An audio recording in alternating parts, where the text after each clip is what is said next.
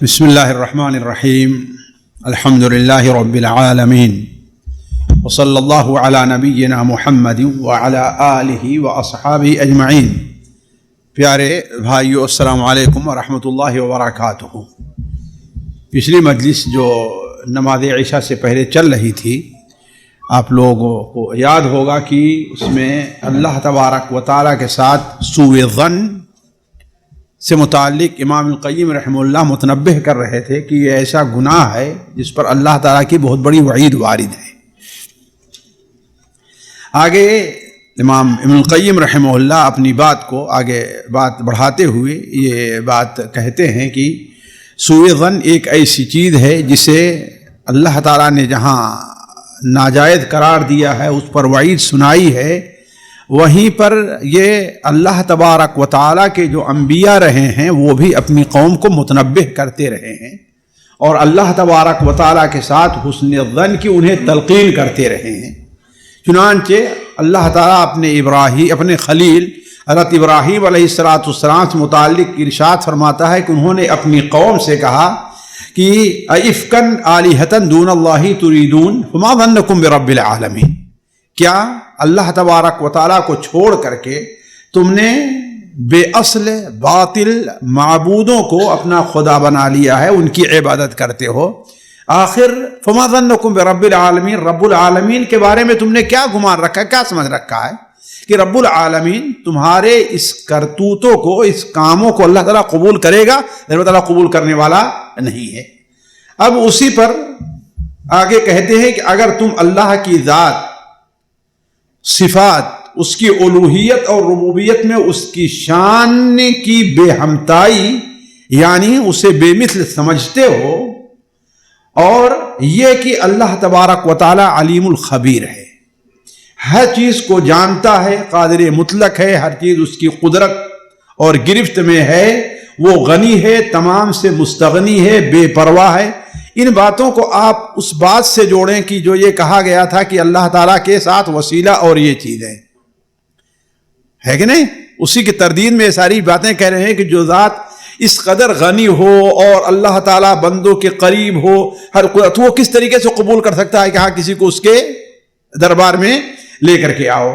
قادر مطلق ہے، ہر چیز اس کی قدرت اور گرفت میں ہے، وہ غنی ہے، تمام سے مستغنی اور بے پرواہ ہے، ساری مخلوق اس کی محتاج ہے مگر وہ کسی کا محتاج نہیں، اپنی مخلوق کے ساتھ قسط و عدل کا برتاؤ کرتا ہے، وہ اپنی مخلوق کی تدبیر و تنظیم میں منفرد و یکتا ہے، اس معاملے میں کوئی بھی اس کا شریک نہیں، مخلوق اور مخلوق کے تمام امور سے تفصیلی طور پر باخبر ہے، کوئی چیز اس سے مخفی نہیں، تنے تنہا وہ اپنے کاموں کا کفیل ہے، کسی کے وسیلے کا کی حاجت اس کو نہیں ہے، اور ہر کام کے لیے اکیلا کافی ہے، کسی کی مدد و اعانت کا محتاج نہیں ہے، وہ اپنی ذات سے رحمان و رحیم ہے، بندوں پر رحم کرنے میں وہ کسی وسیلے اور سفارش کا محتاج نہیں ہے۔ جس ذات کی یہ شان ہو وہ یقیناً دنیا کے بادشاہوں سے الگ اور اپنی نرالی شان رکھتا ہے۔ دنیا کے بادشاہ اور سلاطین اس امر کے محتاج ہیں کہ رعایا کے حالات اور ان کی ضرورتیں دوسرے لوگ ان کے سامنے پیش کریں، کیوں؟ اس لیے کہ علیم و خبیر نہیں ہیں۔ نیز اس امر کے بھی محتاج ہیں کہ رعایا کی ضروریات و احتیاط پوری کرنے میں دوسرے لوگ ان کی معاونت کریں، اس لیے کہ ہر ایک تک وہ نہیں پہنچ سکتے، ہر ایک تک، لیکن اللہ تعالیٰ کی ذات ایسی نہیں ہے۔ درمیان میں ترجمانوں کی ضرورت ہے جو سلاطین و بادشاہ کو رعایا پر رحم و کرم کے لیے آمادہ کریں اور ان کے دلوں میں جذبات اور ترحم و تلطف کو ابھاریں۔ سلاطین و بادشاہ اپنی کمزوری، عاجزی، بے عملی و بے بسی کی وجہ سے رعایا کی ضروریات و احتیاجات پوری کرنے میں بھی دوسرے کے درمیانی وسائط و وسائل کے محتاج ہیں، لیکن ذات باری تعالی قادر مطلق ہے، غنی بالذات ہے، ہر شے سے وہ مستغنی و بے پرواہ ہے، رحمان و رحیم ہے، جس کی رحمت ہر شے پر اور ہر چیز پر محیط اور حاوی ہے۔ اس کے اور اس کے مخلوق کے درمیان وسائط و وسائل اور سفارش ماننا اس کے حق کے توحید الوہیت میں نقص پیدا کرتا ہے اور جو ایسا سمجھتا ہے ذات الہی کی نسبت سوء ظنی کرتا ہے، اور محال و ناممکن ہے کہ جو چیز عقل و فطرت کے خلاف ہو اور عقل و فطرت کے نزدیک ہمہ قسم کی قباحتوں سے زیادہ کبھی ہو، اللہ اپنے بندوں کے لیے کیسے مشروع کر سکتا ہے؟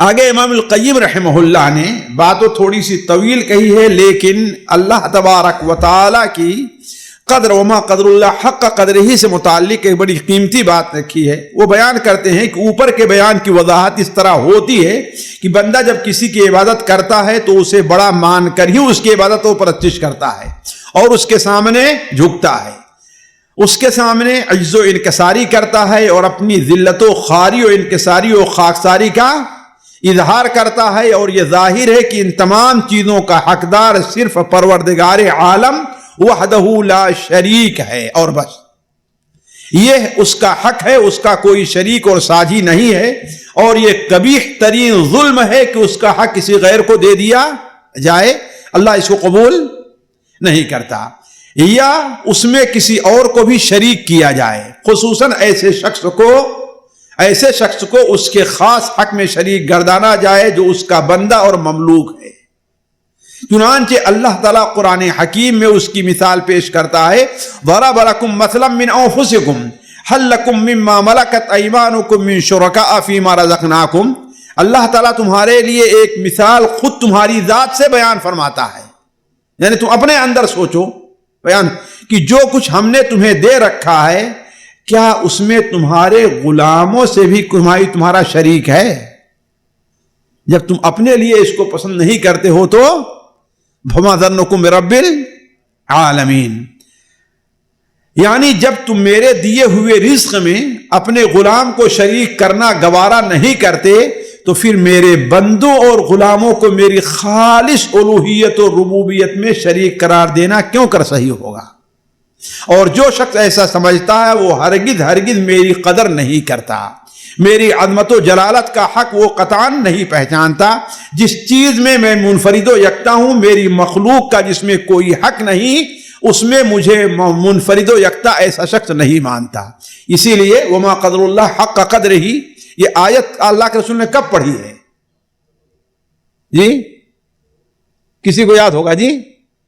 یہود جب آئے ہیں اور کہے کہ اے محمد، اے ابو القاسم صلی اللہ علیہ وسلم، قیامت کے دن اللہ تبارک و تعالی آسمان کو ایک انگلی پر رکھے گا، زمین کو ایک انگلی پر، پہاڑ کو ایک انگلی پر، ساری مخلوق کو اس طریقے سے، اور پھر کہے گا کہ انا الملک انا الدیان انا القہار این ملوک الارض۔ تو اس موقع پر اللہ کے رسول صلی اللہ علیہ وسلم نے کیا فرمایا تھا؟ وما قدر اللہ، اللہ کے بندو تم اللہ کو اتنی قہاریت اور جباریت کا مالک مانتے ہو، اس کے باوجود بھی تم لوگ شرک کرتے ہو اور اللہ تعالیٰ کا بیٹا اور بیٹی بنا رکھا ہے۔ بس جو شخص اپنی عبادت میں اللہ تعالیٰ کے ساتھ کسی کو شریک کرتا ہے وہ قطعاً حق تعالیٰ کی قدر نہیں کرتا، اللہ تعالیٰ کی قدر نہیں کرتا۔ چنانچہ حق تعالیٰ ارشاد فرماتا ہے، یا ایھا الناس ضرب مثل فاستمعوا له ان الذين تدعون من دون الله لن يخلقوا ذبابا ولو اجتمعوا له وان يسلبهم الذباب شيئا لا يستنقذوه منه ضعف الطالب والمطلوب ما قدر الله حق قدره ان الله لقوي عزیز۔ لوگوں ایک مثال بیان کی جاتی ہے، تم اس کو خوب سن لو۔ اللہ تعالیٰ کے سوا تم جن کی عبادت کرتے ہو وہ سب جمع ہو کر بھی ایک مکھی نہیں پیدا کر سکتے، اور اگر مکھی ان سے کھانے وغیرہ کی کوئی چیز چھین لے تو چھوڑا بھی نہیں سکتے ہیں، یعنی اس سے واپس چھین نہیں سکتے۔ کیوں؟ اس کے پیٹ سے نکال نہیں سکتے مکھی پکڑ کر کے جی؟ کیوں بھائی؟ اللہ تعالیٰ نے مکھی کو میدہ دیا ہی نہیں ہے، اللہ تعالیٰ نے مکھی کے میدہ نہیں دیا ہے، نہ جو دوسرے جانور ہیں ان کے طریقے سے ہاں حوصلہ بنایا ہے کہ اس میں دانہ رکھتے ہیں، آہستہ اس کو ہضم کرتے ہیں، نہیں۔ مکھی ایک شکر کے دانے کو اپنے منہ میں لے کے پگھل جاتا ہے، اس کی غذا بن جاتا ہے، تو کہاں سے نکالو گے تم کوئی چیز؟ وَإِن يَسْلُبْهُمُ الذُّبَابُ شَيْئًا لَا يَسْتَنقِذُهُ مِنْهُ، اگر وہ چھوڑا بھی نہیں سکتے یعنی اس سے واپس چھین نہیں سکتے ہیں، ایسے عابد و معبود دونوں ہی عاجز ہیں، ان لوگوں نے اللہ کی ایسی قدر نہیں کی جیسی کرنی چاہیے۔ جو شخص کسی ایسی ہستی کو اپنی عبادت میں اللہ کا شریک و ساجی گردانتا ہے جو ایک چھوٹے سے چھوٹا جانور بھی پیدا نہیں کر سکتا، اگر اس پر مکھی بیٹھ جائے تو اڑا نہیں سکتا، تو بتلاؤ وہ اللہ تعالیٰ کی کیا قدر کر رہا ہے۔ اللہ تعالیٰ ارشاد ہے وما قدر الحق قدرہ والارض جميعا قبضته یوم القیامہ۔ جس اللہ کی یہ شان اور عظمت و جلالت ہو کہ اس کے ساتھ کسی نے اپنی عبادت میں کسی ایسے کو شریک کر لیا جس کے اندر ایسی کوئی بات نہیں ہے بلکہ وہ عاجز اور انتہا درجے کا کمزور ہے، تو وہ یقیناً اللہ کی عظمت و توقیر نہیں کرتا۔ ایک ضعیف عاجز اور کمزور کو اللہ تعالیٰ کی عبادت میں شریک کر لیا تو یقیناً وہ قوی توانا اور غالب کے حق کی قدر و توقیر نہیں کر رہا ہے۔ اسی طرح وہ آدمی بھی اللہ تعالیٰ کی قدر و توقیر نہیں کرتا جو کہتا ہے کہ اللہ نے پیغمبر نہیں بھیجے، کتابیں نازل نہیں فرمائیں۔ کیا یہ باتیں اس کی شان میں سزاوار ہیں؟ کیا اس نے مخلوق کو یوں ہی بیکار، عبث اور بے مصرف پیدا کیا ہے؟ کیا اس نے اپنے بندوں کو صرف اس لیے پیدا کیا ہے کہ جانوروں کی طرح کھائیں پیئیں اور مر جائیں؟ اسی طرح وہ آدمی بھی اللہ کی قدر و توقیر نہیں کرتا جو اللہ کی اسماء الحسنی اور صفات حق کی حقیقتوں کی نفی اور انکار کرتا ہے۔ جیسا کہ اس سے پہلے آ چکا ہے کہ مرجیہ اللہ تعالیٰ کی صفات کو نہیں مانتے، حتیٰ کہ اشاعرہ اور ماتریدیہ بھی، جس پر عام طور پر احناف، شوافع اور مالکیہ ہیں، وہ بھی اللہ تعالیٰ کی صرف 8 یا 7 صفت مانتے ہیں، بس اس سے زیادہ نہیں مانتے۔ سمع و بصر، ارادہ اور اختیار، علو و رفعت، کلام و تکلیم کی اللہ کی ذات سے نفی کرتا ہے، اور عموم قدرت بندوں کے افعال کے تعلق سے اس کی ذات سے نفی کرتا ہے، اس کی قدرت و مشیت سے افعال عباد کو خارج کرتا ہے اور کہتا ہے کہ بندہ خود ان افعال کا خالق ہے، اللہ کی مشیت کا اس میں کوئی دخل نہیں ہے، جس کے معنی یہ ہوتے ہیں کہ اللہ کے ملک میں وہ ہوتا ہے جو وہ نہیں چاہتا اور جو وہ چاہتا ہے نہیں ہوتا۔ یقیناً اللہ تعالیٰ کی شان ان مجوسیوں اور مجوس نما لوگوں کے قول و خیال سے بلند تر ہے۔ وہ شخص ابھی اللہ تعالیٰ کی قدر نہیں کرتا جو کہتا ہے کہ اللہ بندے کو ایسے کاموں کی سزا دیتا ہے جو بندے کے اختیار میں نہیں ہیں، بندہ اس پر قادر نہیں ہے، مجبور محض ہے، کام کرنے میں بندوں کا کوئی دخل نہیں ہے، سارے کام صرف اللہ تعالیٰ اللہ تعالیٰ کے ہیں، وہ خود ہی کرتا ہے، بندوں سے جبرن کام کراتا ہے۔ یہ چونکہ 2 جماعت ہے نا، قدریہ اور جبریہ کیا کہتے ہیں کہ بندہ کسی کام کا اختیار نہیں ہے، بندے کو اس کی اپنی مشیت کا کوئی دخل نہیں ہے، اور قدریہ کیا کہتے ہیں کہ ہر کام کس کا ہے؟ بندے کا ہے، اللہ تعالیٰ کی مشیت نہیں تھی کہ بندہ چوری کرے لیکن وہ چوری کرتا ہے۔ وہ لوگ مشیت میں اور اللہ تبارک و تعالی کے رضا میں فرق نہیں کرتے ہیں۔ اللہ تعالیٰ کی مشیت اور رضا میں اور فرق ہے دونوں میں۔ اللہ تعالیٰ کی رضا نہیں ہے کہ بندہ چوری کرے، کفر کرے، لیکن اللہ کی مشیت کے بغیر نہیں ہوتا ہے۔ اللہ نے چاہا، ورنہ چور چوری کرنا چاہتا لیکن نہیں کر پاتا، ہوتا ہی نہیں ہوتا ہے۔ آپ کوئی کام کرنا چاہتے ہیں لیکن کیوں؟ اللہ کی مشیت، وما تشاءون الا ان یشاء اللہ۔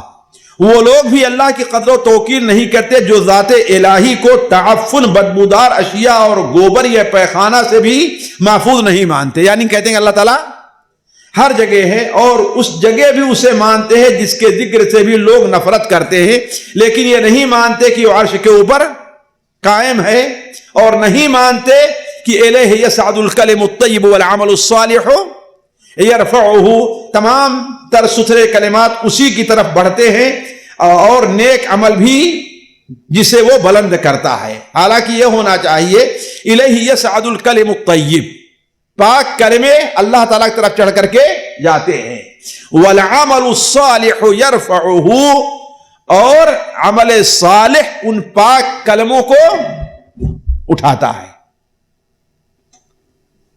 یعنی کیا معنی ہوا؟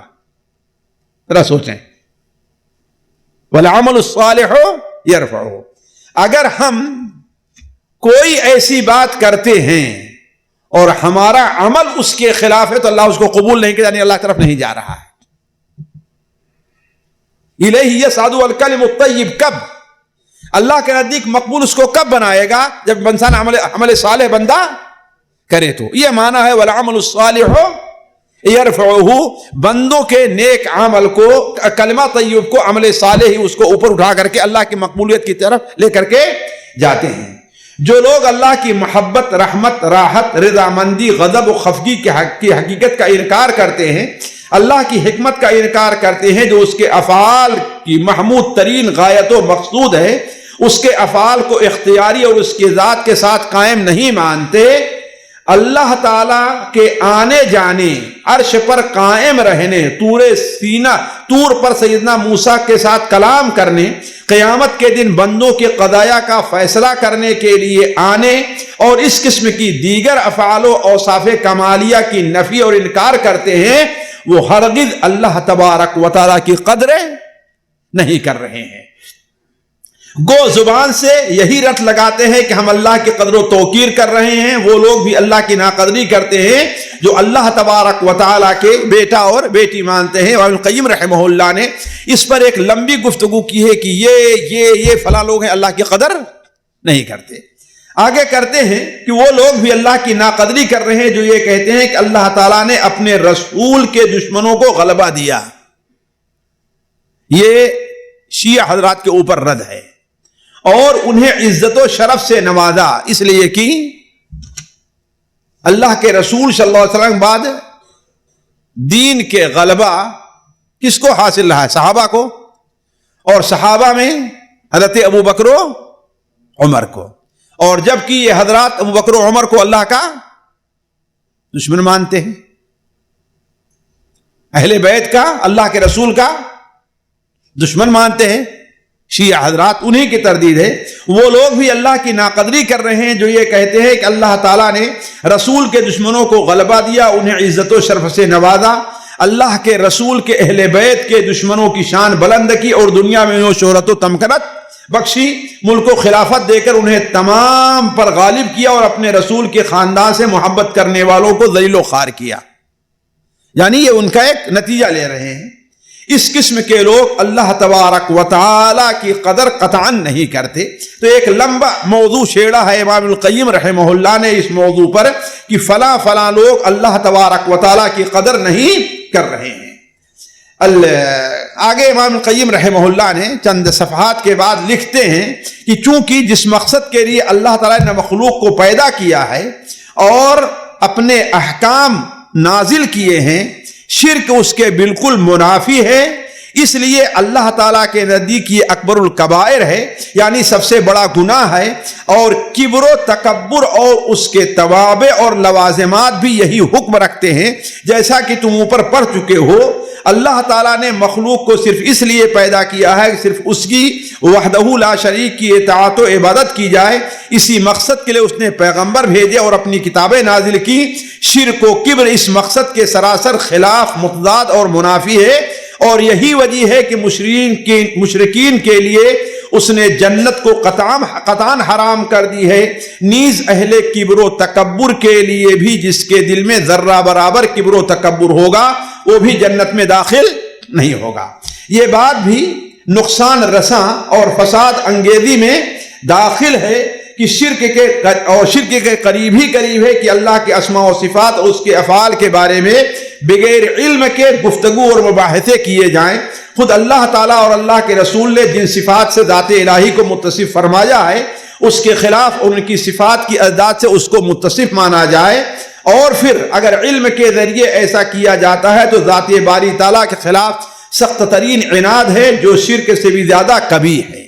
شرک اللہ تبارک و تعالیٰ کے نزدیک بہت بڑا گناہ ہے، لیکن مشرک صفات و ربوبیت کا اقرار کرتا ہے، وہ اس کو معطل اور اس اور اس معطل اور منکر سے بہتر ہے جو پروردگار عالم کی صفات کمالیہ کا انکار نہیں کرتا.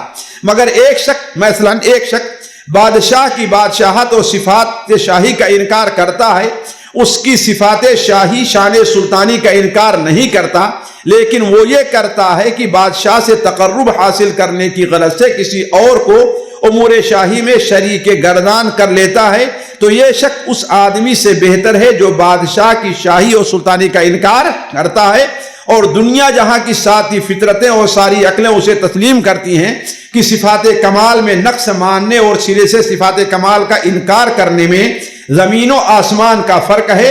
پہلی صورت میں معبود حق تسلیم کیا جا رہا ہے اور صرف معبود حق کے تقرب کی غرض سے واسطہ کی پرستش کی جا رہی ہے. دوسری صورت میں سرے سے معبود حق اور اس کی صفات کمالیہ کا انکار ہے.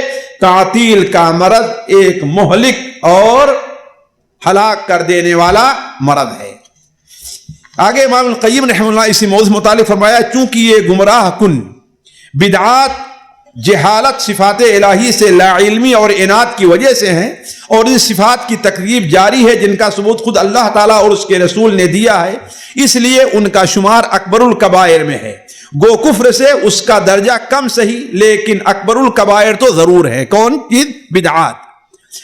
ابلیس لعین کو یہ بدعتیں دے کر کبائر کا مقابلہ کرنے میں زیادہ محبوب اور زیادہ پسندیدہ ہیں، جیسا کہ بعض سلف صالحین کا قول ہے کہ بدعت ابلیس کے نزدیک گناہ سے زیادہ محبوب ہے. کیوں؟ اس لیے کہ گناہ سے بندہ توبہ کرتا ہے لیکن بدعت سے بندہ توبہ نہیں کرتا. یہ اچھی طرح واضح رہے کہ عام گناہ خود بخود کرنے والے کے حق میں مضر ہوتے ہیں، لیکن بدعات کا ضرر و نقصان عام لوگوں تک متعدی ہوتا ہے. مبتدع یعنی بدعات کرنے والے کا اصل فتنہ دین میں فساد ڈالنا ہے، دوسرے گناہوں کا فتنہ خواہش نفس تک محدود رہتا ہے. مبتدع عوام کو صراط مستقیم سے بھٹکا دیتا ہے اور دوسری معصیت کا ارتکاب کرنے والا ایسا نہیں کرتا. مبتدع پروردگار عالم کی صفات اور کمال صفات میں نقص پیدا کرتا ہے، لیکن مذنب اور گنہگار ایسا نہیں کرتا.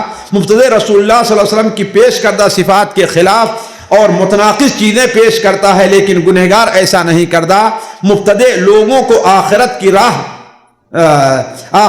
راہ سے ہٹاتا ہے اور غلط راہ پر لگاتا ہے، لیکن گنہگار ایسا نہیں کرتا.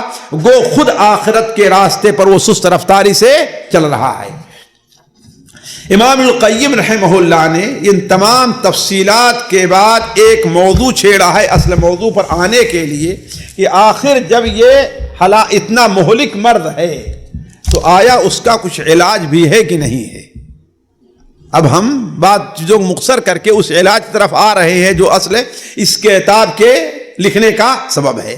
اب اگر کہا جائے کہ ان تمام باتوں کے باوجود اس مہلک مرض کی کوئی دوا بھی ہے یا نہیں ہے، اس قاتل جادو کے اتار کا کوئی منتر ہے کہ یا منتر نہیں ہے، ان مہلک خیالات کو دور کرنے کا کیا کوئی ذریعہ ہے اور یا ذریعہ نہیں ہے. غالباً اصل استفتاء میں پہلا سوال اور جس کے مرض کی دوا طلب کی گئی ہے اس کا مقصد یہی ہے. اس کا جواب یہ ہے کہ جی ہاں، اس کا جواب تو اس فرمان نبوی کے اندر موجود ہے کہ اللہ تعالیٰ نے مرض پیدا کیا، اس کی دوا بھی پیدا کی، لیکن دوا جو جانتا ہے وہی جانتا ہے اور جو نہیں جانتا وہ نہیں جانتا. اب آتے ہیں جو کام کی چیز ہے. اس مرض کے علاج کے دو طریقے ہیں. جو آدمی کسی مرض عشق کے اندر مبتلا ہو یا کسی مرض کے اندر، اس کے علاج کے دو طریقے ہیں. ایک یہ ہے کہ سرے سے مرض کا مادہ ہی پیدا نہ ہونے پائے، جی یعنی وہ مرض لگنے نہ پائے. دوسرے یہ کہ مادہ تو پیدا ہو چکا ہے، اب اس کو دور کیسے کیا جائے. یہ دونوں باتیں اللہ تعالیٰ جس کے لیے آسان کر دیتا ہے اس کے لیے آسان ہے، اللہ کی مدد جس کے لیے نہ ہو اس کے لیے دشوار ہے. کیوں؟ اس لیے کہ لا سہل الا ما جعلتہ سہلا وانت اذا شئت جعلت الحزن سہلا، اس لیے انسان اگر کسی مشکل سے دوچار ہو، کوئی مشکل کام ہے حل نہ ہو رہا ہو، تو انسان کو یہ دعا پڑھنی چاہیے کثرت سے، اللہم لا سہل الا ما جعلتہ سہلا وانت اذا شئت جعلت الحزن سہلا۔ تو امام ابن القیم رحمہ اللہ کہتے ہیں کہ یہ دو باتیں ہیں۔ پہلی چیز یہ ہے کہ کوشش رہے کہ یہ مرض انسان کو لگنے ہی نہ پائے، اور دوسری چیز کیا ہے، اگر مرض لگ گیا تو اس کا علاج کیسے کیا جائے، یہ چیز ہے۔ دیکھیے یہ چیز، بلکہ جیسے کہ پہلے میں ہم نے کہا تھا کہ بعض ایسے نکات ہوتے ہیں کہ جو لوگ عام طور پر یہ اپنا واٹس ایپ گروپ یا کچھ بنائے ہوئے ہیں یا اپنا فیس بک، ان میں بات چند صدر کی چیزوں کو لوگوں سے شیئر کرنے کے لیے لوگوں کے فائدے کو ہوتی ہے، تو یہ چیز اس کے اندر بہت مفید چیز ہے، ایسی چیزیں لوگوں سے شیئر کرنا۔ اس مرض کو روکنے کے دو طریقے ہیں، اس مرض کو روکنے کے دو طریقے ہیں۔ ایک آنکھ کی حفاظت، اور یہ سب سے اہم چیز ہے، نظر کی حفاظت، کیونکہ نظر ابلیس لعین کا زہر سے بجھا ہوا ایک تیر ہے۔ ابلیس لعین کا ایک تیر ہے جس کو اس نے زہر میں، اس کا معنی کیا ہے؟ آج کل لوگ اس کو کم سمجھیں گے۔ پہلے چونکہ لوگ جب جنگ کیا کرتے تھے تو عام طور جنگ کس سے ہوتی تھی؟ تیر، نیزے، تلوار سے۔ تو اپنے دشمن کو زیادہ جس اثر ہو، نقصان پہنچانے کے لیے تیر کو زہر میں ڈبو لیا کرتے تھے، گرم کر کے مادہ، اور تلوار کو، تاکہ وہ اگر اس سے مرے بھی نہ تو زہر کا اثر خون کے ذریعے اس کے۔ تو یہ ہے کہ نظر کیا ہے؟ ابلیس لعین کا زہر میں بجھا ہوا تیر ہے، جس کی نگاہ، نظر و نگاہ آزاد ہے، اس کی حسرتیں دائمی ہیں، اس کی حسرتیں دائمی ہیں۔ لہذا سب سے پہلے یہ دیکھنا چاہیے کہ انسان اپنی آنکھ کی حفاظت کرے۔ پھر اس کے بعد امام القیم رحمہ اللہ نے آنکھ کی حفاظت کے بہت سے فائدے ذکر کیے ہیں، اور یہ فائدے جہاں تک میری معلومات ہے آپ کو کہیں اور جگہ نہیں ملے گی، اور اگر کہیں ہے تو کہیں جگہ ہم نے دیکھا، میرا تجربہ ہے کہ لوگوں نے امام القیم سے لیا ہے رحمہ اللہ سے، انہی سے لیا ہے۔ اسی لیے کہتے ہیں آنکھ کی حفاظت کے بے شمار فوائد ہیں، بے شمار فوائد ہیں۔ پہلی چیز یہ ہے جو ایک مومن کا شیوا ہے، وہ یہ کیا ہے کہ آنکھ کی حفاظت کرنا یہ اللہ تبارک و تعالیٰ کے حکم کی پیروی ہے۔ اس لیے کہ اللہ تعالیٰ نے نظر کی حفاظت کیا، قرآن مجید میں حکم دیا ہے، نبی صلی اللہ علیہ وسلم نے اس کا حکم دیا ہے، یہ سب سے پہلا فائدہ ہے۔ اور بندے کے لیے یہ بڑی سعادت ہے دنیا اور آخرت میں کہ وہ اللہ تبارک و تعالیٰ کے احکام کی پابندی کر لے۔ اور یہ ہم دنیا میں دیکھتے ہیں کہ آپ مجھ سے کچھ کہیے نا، ہے نا، یہ میرے لیے سعادت ہوگی کہ آپ مجھے کسی چیز کا حکم دیں، لوگوں سے کہتے ہیں کہ نہیں کہتے ہیں؟ تو یہ انسان، ایک عام مجبور انسان جو اس کے بارے میں سوچتا ہے، تو اللہ تعالیٰ کے احکام کی پابندی کتنی بڑی سعادت ہوگی، اس نقطے پر غور نہیں کرتے۔ حالانکہ سب سے بڑا فائدہ یہ ہے کہ اللہ تبارک و تعالیٰ کی، ایک صاحب وہ فجر کے بعد اپنی مسجد میں عام دیر تک بیٹھا کرتے تھے، تو ایک مصری دوسرا آیا کہ آخر آپ اتنی دیر تک بیٹھ کے اللہ کا ذکر کرتے ہیں تو اس میں فائدہ کیا ہے؟ تو انہوں نے کیا جواب دیا؟ کہا کہ میں یہ نہیں دیکھتا اس میں فائدہ کیا ہے، ہم یہ دیکھتے ہیں کہ اللہ تعالیٰ کو پسند ہے، یہ کام اللہ تعالیٰ کو پسند ہے۔ تو ایک مومن کے لیے سعادت کیا ہے کہ اللہ تعالیٰ کے احکام کی، تو نظر کی حفاظت کا سب سے بڑا فائدہ یہ ہے۔ دوسرا فائدہ، آنکھ کی حفاظت کا ایک فائدہ یہ ہے کہ یہ زہر آلود تیر جب دل تک پہنچ کر جاتا ہے تو انسان کو ہلاک کر دیتا ہے۔ اسی لیے دیکھیں بہت سے لوگوں کی ہلاکت، یعنی حتیٰ کہ آپ پچھلے کل ہی ہم نے وہ عبدہ بن عبد الرحیم کا عام جو جلسے میں بات کہی تھی اس کا واقعہ بیان کیا تھا نا ہم نے. وہ مرتد جو ہو گیا تھا عبدہ بن عبد الرحیم، جس کا ذکر امام القیم رحمہ اللہ نے سن 278 یا 287 کے سن کے واقعات میں کیا ہے کہ اس سن میں اس کا انتقال ہوا. اس کی وجہ کیا تھی؟ صرف ایک نظر تھی. تیسری چیز یہ ہے کہ آنکھ کی حفاظت سے قلب کو ذات الہی سے انس و محبت پیدا ہوتی ہے اور پوری طرح جمعیت خاطر حاصل ہوتی ہے. نگاہ جب آزاد رہتی ہے تو قلب منتشر اور پراگندہ رہتا ہے اور یہ چیز بندے کو اللہ تعالیٰ سے دور پھینک دیتی ہے. ساتھیو، آپ یہ دیکھ لیں کہ جو شخص فلمیں زیادہ دیکھنے والا ہے، اخبار زیادہ پڑھنے والا ہے، ان چیزوں پر زیادہ توجہ دینے والا ہے، اس کا حافظہ قرآن اور حدیث کے بارے میں اتنا ہی کمزور ہو جایا کرتا ہے. آپ اپنے اوپر تجربہ کر کے دیکھ لیں. ایک ہفتے تک آپ اپنی نگاہ کو بالکل حفاظت کریں اور پھر حدیث پڑھیں، قرآن کی آیت پڑھیں، دیکھیں وہ کیا ہے، اور ایک ہفتے تک اس کو آزاد چھوڑ کے دیکھیں، دونوں میں کتنا فرق ہے. وہی امام القیم رحمہ اللہ کہہ رہے ہیں کہ آنکھ کی حفاظت سے قلب کو ذات الہی سے انس و محبت پیدا ہوتی ہے اور پوری طرح جمعیت خاطر یعنی دل کیا ہے وہ، یعنی مطمئن رہتا ہے. اور نگاہ جب آزاد رہتی ہے تو قلب منتشر اور پراگندہ ہو جاتا ہے اور یہ چیز بندے کو اللہ سے دور پھینک دیتی ہے.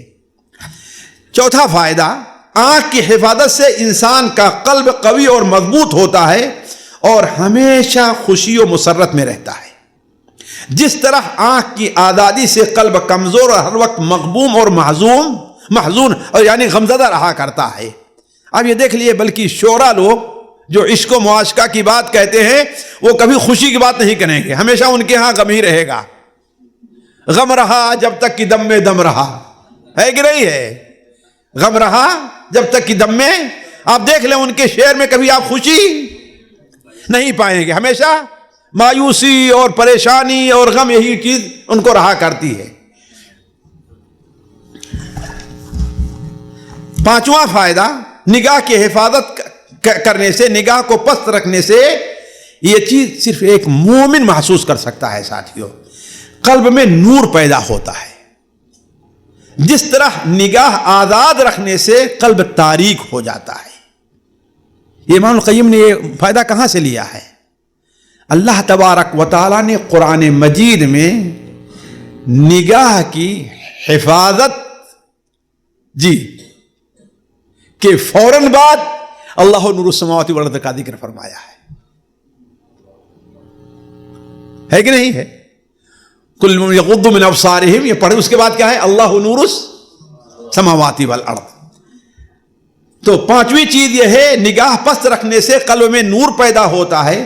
جس طرح کی نگاہ آزاد رکھنے سے قلب تاریک ہو جاتا ہے.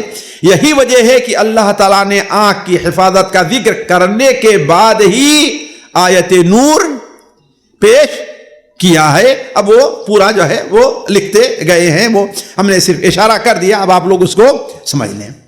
چھٹا فائدہ، نگاہ کی حفاظت سے صحیح اور سچی فراست بندے کے اندر پیدا ہوتی ہے. فراست کیا چیز ہے؟ فراست یہ ہے کہ ایک اچھی سمجھ ہے کہ جو چیز ظاہر نہ ہو انسان اس کو بھی محسوس کر لے. ایک شخص آپ کے پاس آیا، وہ آپ سے بڑا محبت کا اظہار کر رہا ہے، لیکن آپ محسوس کر لیں کہ اس کے محبت کے اظہار میں کہیں نہ کہیں کھوٹ ضرور ہے. پہلی بات، اس کو ہر آدمی محسوس نہیں کر پاتا ہے. نکاح کی حفاظت سے صحیح اور سچی فراست بندے کے اندر پیدا ہوتی ہے. اس سے حق و باطل، صادق و کاذب میں بندہ امتیاز کر سکتا ہے. شاہ بن شجاع کرمانی، یہ شاہی خاندان کے ایک بہت بڑے عالم تھے، لیکن تمام شاہی تمکنت وغیرہ کو چھوڑ کر کے اللہ تبارک و تعالیٰ کے دین اور عبادت کے اندر لگ گئے، جیسا کہ امام یہ ذہبی رحمہ اللہ وغیرہ نے اپنی کتاب سیر میں ان کا تذکرہ کیا ہے. تو شاہ بن شجاع کرمانی کے بقول، جو آدمی، یہ چیز لوگوں تک پہنچانے کی ہے، جو آدمی ظاہر و باطن میں اتباع سنت کا عادی ہو، ظاہر و باطن میں اتباع سنت کا عادی ہو، اور مراقبے کے ذریعے اپنے باطن کی تعمیر کر لیتا ہے۔ مراقبے سے مراد وہ صوفیوں کو مراقبہ نہیں ہے کہ بیٹھ جائے، نہیں، یعنی مراقبہ کا معنی ہے کیا، اور مراقبہ یہ انسان سے مطلوب ہے، یہ انسان سے مطلوب ہے، یعنی مراقبہ ہر بارے میں یہ نگاہ رکھے کہ اس بارے میں اللہ کا حکم کیا ہے، جی احتساب کے قریب قریب ہے، یہ اللہ تعالیٰ کا اس سلسلے میں حکم کیا ہے، اور محرمات سے اپنی نگاہ کو پست کر لیتا ہے، یعنی محرمات طرف نظر نہیں کرتا، اور شہوات اور خواہشات سے اپنے آپ کو بچاتا ہے، اور عقل حلال کا اپنے کو عادی بناتا ہے۔ یہ چار چیزیں ہیں۔ پہلی چیز یہ ہے اتباع ظاہر الباطن، اتباع سنت کا عادی ہو، ظاہر میں بھی اور باطن میں بھی۔ باطن میں کیا ہے؟ یعنی اپنے دل کو صاف رکھے، کسی کا کینہ، کسی کا حسد، جیسا کہ سنن ترمذی کی اس حدیث کے اندر ہے جس پر علماء نے کلام کیا ہے کہ یا بنی ان استطعت ان تصبح وتمسی وليس في قلبك غل لاحد، اگر تجھ سے یہ ہو سکے، حضرت انس بن مالک کو خطاب کرتے ہوئے فرمایا، اگر تجھ سے یہ ہو سکے کہ تو صبح و شام اس حال میں کرے کہ تیرے دل میں کسی کا کینہ نہیں ہے تو ایسا کر، کیوں؟ فإن ذلك من سنتی، یہ میری سنت ہے، اور جو میری سنت سے محبت کرتا ہے وہ میرے ساتھ ہوگا، ہے کہ نہیں ہے؟ تو پہلی چیز یہ ہے کہ ظاہر اور باطن پہ سنت کا متبع بن جائے۔ دوسری چیز اللہ تعالیٰ کا مراقبہ اس کے ذہن میں رہے۔ تیسری چیز اپنے نظر کی حفاظت کر لے، اور چوتھی چیز جی بتایا تھا عقل حلال، حلال روزی کھائے۔ یہ چار چیزوں کا جو شخص اہتمام کر لے تو شجاع کرمانی فرماتے ہیں کہ اس کی فراست کبھی غلطی نہیں کرتی، اس کی فراست کبھی غلطی، اسی لیے یہ ان کے بارے میں ہے کہ شجاع کرمانی نے بات کیوں کہی کہ ان سے لوگوں نے کہا کہ آخر آپ کی فراست غلطی کیوں نہیں کرتی ہے، تو انہوں نے کہا کہ انسان اپنے آپ کو اس چیز کا عادی بنا لے جس کی فراست کبھی غلطی نہیں کرے گی۔ حق سبحانہ و تعالیٰ کا یہ دستور رہا ہے کہ اعمال کا بدلہ اعمال کی جنس سے دیتا ہے، اعمال کا بدلہ اعمال کی، جو آدمی صرف اللہ کی رضا کی خاطر کسی چیز کو چھوڑتا ہے اس کے بدلے میں اللہ تبارک و تعالیٰ اس سے بہترین چیز عطا کرتا ہے۔ حضرت یوسف علیہ السلام نے اللہ کے ڈر سے ایک عورت کو چھوڑا اور جیل میں جانا قبول کر لیا، اس کا نتیجہ کیا نکلا؟ اللہ تعالیٰ مصر کی بادشاہ تھا، کر دی، چاہے جتنی عورتوں سے شادی کرنا چاہیں کر لیں، وہاں پر کوئی ریکارڈ بنتا ہو؟ ایک جیل میں محدود ہو گئے لیکن کسی اللہ کے لیے، نتیجہ کیا نکلا؟ کذالک بوانا لیوسف یتبوأ منها حیث یشاء، جہاں چاہیں یوسف بڑا رہے وہاں۔ بس جب بندہ اللہ کی رضا مندی کے لیے اپنی آنکھ اور نگاہ پست کر لیتا ہے تو اللہ تعالیٰ اس عمل کے عوض اسے بصیرت عطا فرماتا ہے، اسے علم و ایمان اور معرفت و فراست کی برکتوں سے نوازتا ہے۔ یہ چیزیں قلب کی بصیرت ہی کے ذریعے حاصل ہوتی ہے۔ دیکھ لیجئے کہ لوطیوں سے متعلق اللہ تعالیٰ کا ارشاد بالکل اس کے خلاف ہے، لعمرک انہم لفی سکرتہم یعمہون، اے محمد صلی اللہ علیہ وسلم تمہاری جان کی قسم، آپ کی عمر کی قسم، وہ لوگ اپنے نشے میں بدمست ہیں، اندھوں کی طرح ٹامکٹوئیاں مار رہے ہیں۔ بس صورتوں کے متعلق فساد عقل لازم ہے، اور جس کی بصیرت ختم ہو جاتی ہے اس کا قلب منکسر اور نشیباز ہو جاتا ہے۔ نیچی نظر رکھنے کی کا ساتواں فائدہ، 6 گزر چکا ہے نا، ساتواں فائدہ جی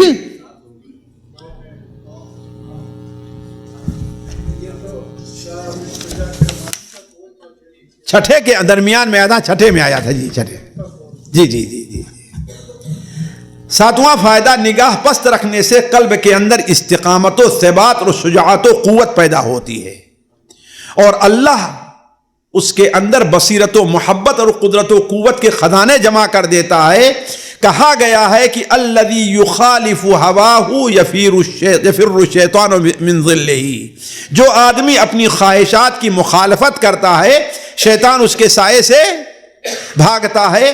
خواہشات کی پیروی کرنے والے کو تم سراسر اس کے خلاف پاؤ گے، وہ اپنے نفس کو ذلیل و خوار کر دیتا ہے، اپنے کو بے قدر ذلیل اور حقیر بنا دیتا ہے۔ جو آدمی خواہشات کی پیروی نہیں کرتا بلکہ اس کے خلاف ورزی کرتا ہے اسے اللہ تعالیٰ ایسے نہیں ہونے دیتا۔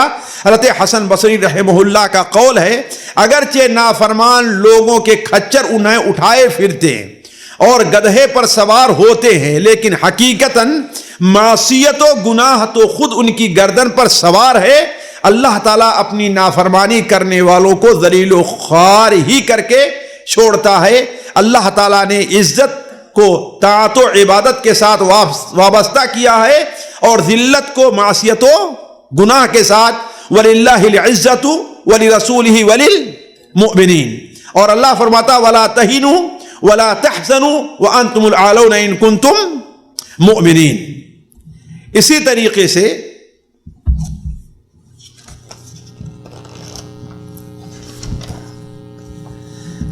آٹھواں فائدہ، اور دیکھیں اسی لیے اللہ تعالیٰ نے جو ہم لوگ وتر کی دعا کرتے ہیں اس میں کیا دعا کی گئی ہے؟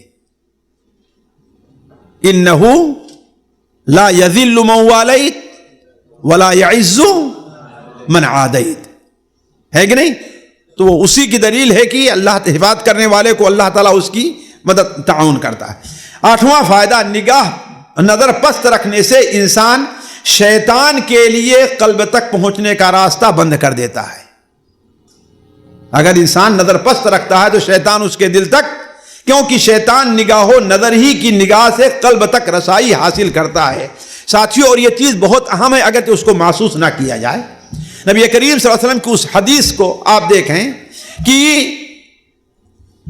نظر عین جو ہوتی ہے یحضرها حسد الشیطان وحسد ابن آدم، نظر جو لگتی ہے اس موقع پر، کیا نظر کیوں لگتی ہے؟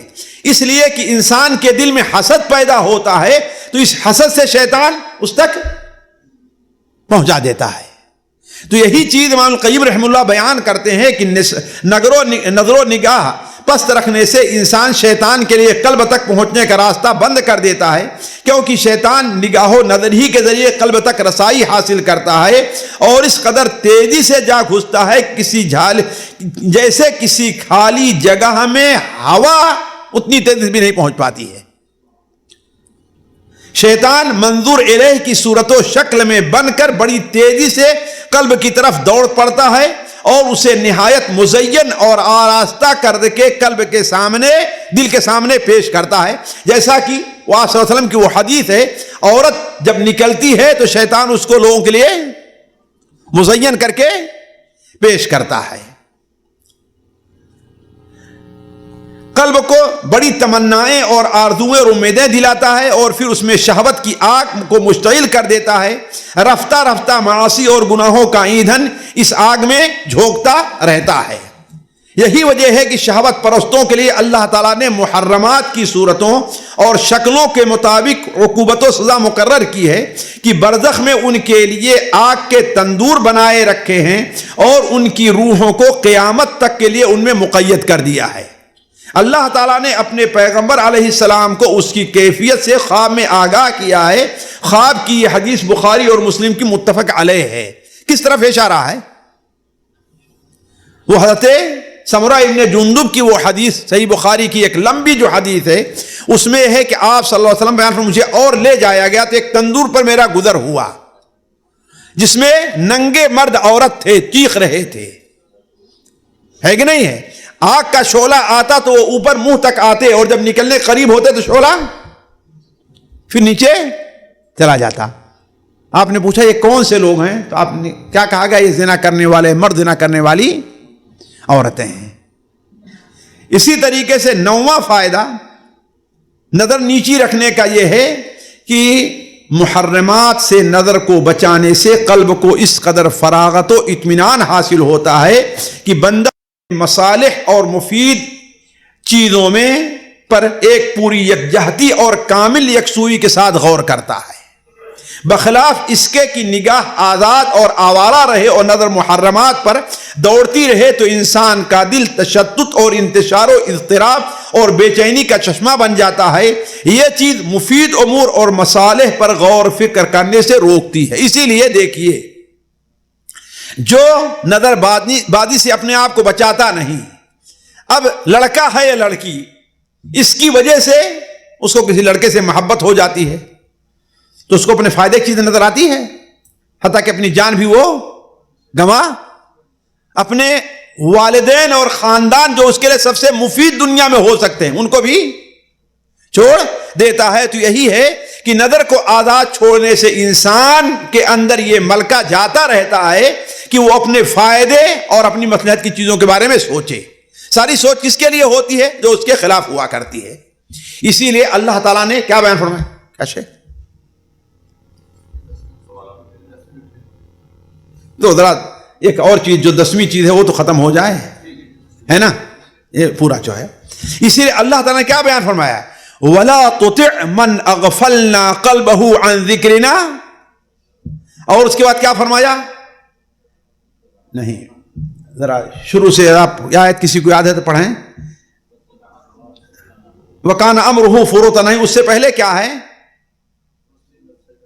وَاصْبِرْ نَفْسَكَ مَعَ الَّذِينَ يَدْعُونَ بِالْغَدَاةِ وَالْعَشِيِّ يُرِيدُونَ وَلَا تَعْدُ عَيْنَاكَ عَنْهُمْ وَلَا تَعْدُ عَيْنَاكَ عَنْهُمْ وَلَا تُطِعْ مَنْ أَغْفَلْنَا قَلْبَهُ عَنْ ذِكْرِنَا. تو گویا وہ لوگ جو اللہ تعالیٰ کے ذکر سے غافل ہو آپ ان کی طرف دیکھیے بھی نہیں. کیوں؟ اگر آپ ایسا دیکھیں گے جیسے ان کے امور بگڑے ہوئے آپ کے امور بھی بگڑ جائیں گے. 10واں فائدہ نظر کو نیچی رکھنے کا کہ آنکھ اور قلب کے درمیان ایک ایسا سوراخ اور راستہ ہے جس کی وجہ سے نکاح اور قلب میں اس قدر اتحاد و ایک جہتی رہتی ہے کہ جس کام میں آنکھ مشغول ہو جاتی ہے قلب بھی مشغول ہو جاتا ہے نا. یہ کم ہوتا ہے کہ آدمی جس طرف دیکھ رہا اس کے بارے میں سوچ نہ رہا. قلب مشغول ہو جائے تو آنکھ بھی مشغول ہو جاتی ہے. ایک کی اصلاح سے دوسرے کی اصلاح ہے اور ایک کے فساد سے دوسرے کا فساد لازم آتا ہے. انسان کا قلب جب فاسد ہو جائے تو اس کی قوت فکریہ فاسد ہو جاتی ہے، اور جب اس کی نگاہ فاسد ہو جائے تو اس کا دل اور قلب فاسد ہو جاتا ہے. نگاہ اچھی رہتی ہے تو قلب بھی اچھا رہتا ہے. تو یہ 10 فوائد ذکر کیے ہیں امام القیم رحمہ اللہ نے نگاہ کی حفاظت کے، اور اسی کتاب میں نگاہ کے آزاد چھوڑنے کے نقصانات بھی ذکر کیے ہیں. دیکھیے وقت رہا تو کل کی مجلس میں اسے ہم آپ کے سامنے رکھیں گے، ورنہ اس کتاب کا مطالعہ کر کے آپ لوگ اس کو دیکھ سکتے ہیں. جی اب لوگوں کا ہے کہ بات اسی پر موقوف کر کے کچھ سوالات اگر ہمارے بھائی کے ہیں تو کر سکتا ہے. اور جو آن لائن بھی ہیں طلبہ اور طالبات جو سن رہے ہیں آن لائن، گزارش ہے کہ اگر کوئی سوال ہو تو اپنا چیٹ میں لکھ کر بھیجیں، وہاں سے جو ذمہ دار ہیں پہنچا دیں. اور یہاں جو ساتھی ہیں کوشش کریں گے. یاد رکھیں گے کہ اگلی مجلس جو ہوگی، بتایا تھا کہ علاج کا 2 طریقہ ہے نا جی. ایک طریقہ کیا ہے کہ نہیں ہے، اور دوسرا طریقہ کیا ہے؟ علاج جو ہے وہ مرض سے بچا جائے، جی پیدا ہی نہ ہو، جی مادہ پیدا ہو تو روکا جا سکتا ہے.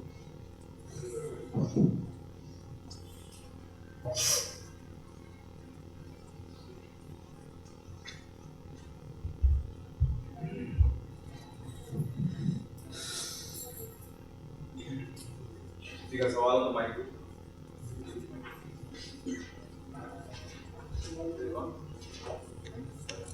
دیکھیے یہ بھائی نے سوال کیا ہے کہ ہمارے یہاں کچھ لوگ ہیں جو اللہ کے اسماء اور صفات کے بارے میں تحویل نہیں تعویل کرتے ہیں، حمزہ سے ہے، تعویل کرتے ہیں اور کچھ سوالات اٹھاتے ہیں. اصل میں دیکھیے اللہ تبارک و تعالیٰ کے اسماء و صفات کے بارے میں جو اہل سنت و جماعت کا عقیدہ ہے اس کے اوپر انسان غور کر لے تو کسی قسم کا سوال نہیں اٹھتا، کسی کو سوال نہیں اٹھتا ہے. وہ کیا ہے کہ ہم اس کے معنی کو تسلیم کرتے ہیں. کہ ید کا کیا معنی ہے جو لغت میں ہے، وجہ کا کیا معنی ہے جو لغت میں ہے، البتہ اس کی کیفیت کیا ہے ہم اس کو نہیں مانتے. کیوں؟ اس لیے کہ اس نے خود ہی کہہ دیا ہے کہ لیس کمثلہ شیء، لیس کمثلہ شیء. اب یہ کہنا کہ ہاں بھائی ید اللہ فوق ایدیہم کہا، تو کیا یہ بات انکار کی جا سکتی کہ اللہ تعالیٰ نے ان کے، ہم نے دیکھا نہیں، وہ خود بیان کرایا، اس پر اللہ تبارک و تعالیٰ کا ہاتھ رہا ہو ان کا؟ انکار کر سکتے ہیں؟ تو یہ کہیے کہ ہم اس کو مانتے ہیں، اس سے یہ ثابت کرتے ہیں کہ اللہ تعالیٰ کا ہاتھ ہے، اللہ تعالیٰ نے اپنے لیے ہاتھ کو ثابت کیا ہے، اس کی کیا کیفیت ہے ہاتھ کی ہم اس کو نہیں مانتے.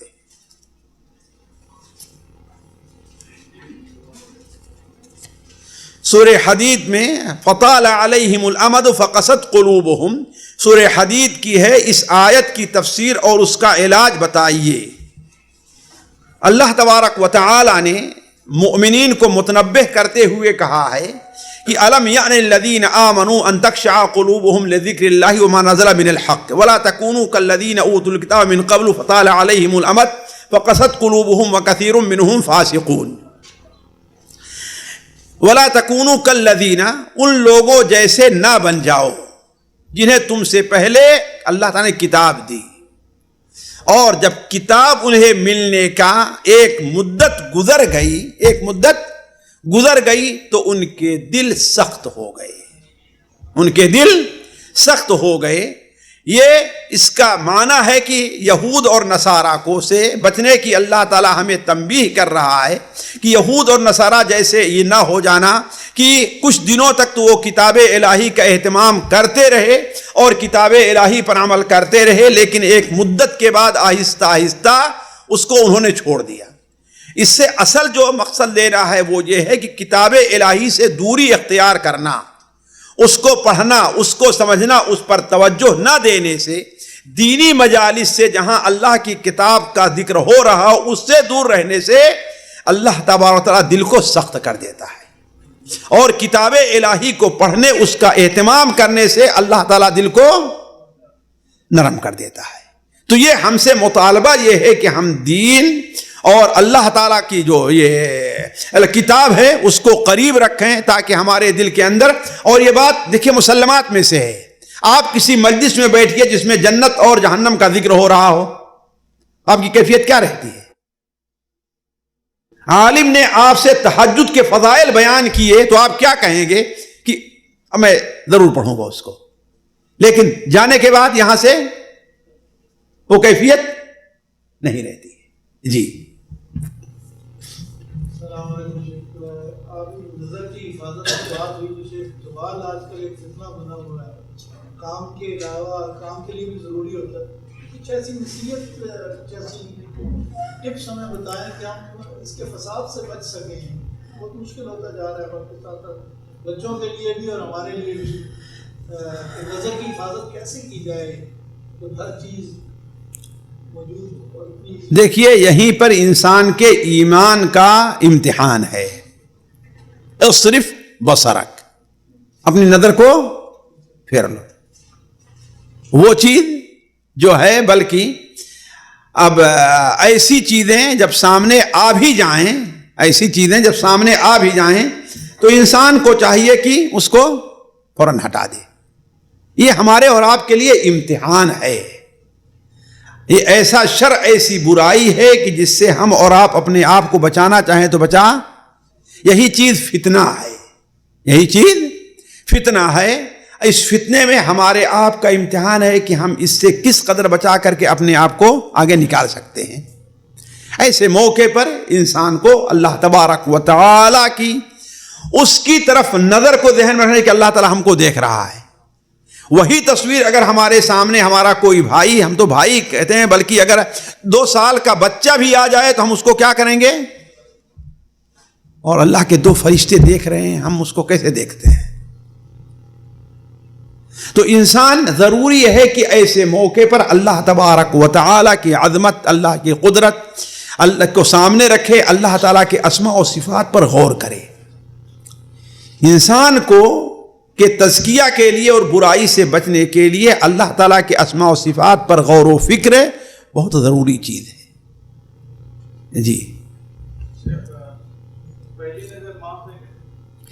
لیکن جی ہاں ہمارے بھائی نے کہا کہ پہلی نظر معاف ہے، لیکن نظر کا معنی کیا ہے؟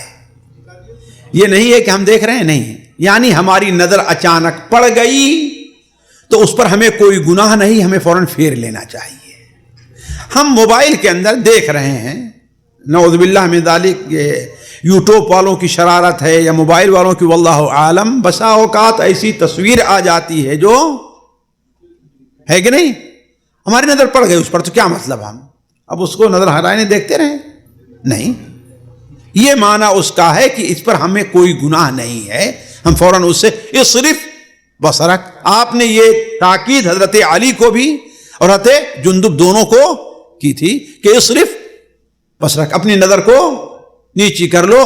فَإِنَّ لَكَ الْأُولَى، اس لیے کہ پہلی جو پڑ گئی ہے وہ تو تمہارے لیے معاف تھی، لیکن اب دوبارہ اس کو دیکھتے رہنا یا دوسری بار اس کو ڈھونڈنا تلاش کرنا وہ جائز نہیں تمہارے لیے. چلیں شیخ مجلس کے ختمے کا انتظار بھی کریں، 9:30 ہو گئے. ساتھی لوگ جو ہے کافی اللہ جائے خیر دن کو صبح سے جو ہے وہ بیٹھے ہوئے ہیں. سامعین کرام، ہمارے علمی اور عوامی دروس اور سوال و جواب کی مجلسوں سے آپ خود بھی مستفید ہوں اور اپنے دوست و احباب کے ساتھ بھی شیئر کریں. عین ممکن ہے کہ آپ کے شیئر سے کسی کی اصلاح اور آپ کے لیے صدقہ جاریہ بن جائے. واٹس ایپ پر اسلامک میسج حاصل کرنے کے لیے نمبر نوٹ فرمائیں: یعقوب عزیز 00966 5089 59707. واٹس ایپ سوال جواب گروپ میں ایڈ ہونے کے لیے نمبر نوٹ فرمائیں: عبدالسلام عمری 00966 502627 نمبر بھیجتے ہوئے نام اور پتہ ضرور لکھیں. اسی طرح ہمارے یوٹیوب چینل اسلامی دعویٰ کو ضرور سبسکرائب کریں تاکہ ہماری ہر نئی اور اہم ویڈیو کی اطلاع آپ کو فوری حاصل ہو جائے. تمام دروس، مقالات اور سوال و جواب سیریز کے لیے ہماری مشہور ویب سائٹ www.islamidawah.com کا مشاہدہ کرتے رہیں. السلام علیکم ورحمۃ اللہ وبرکاتہ.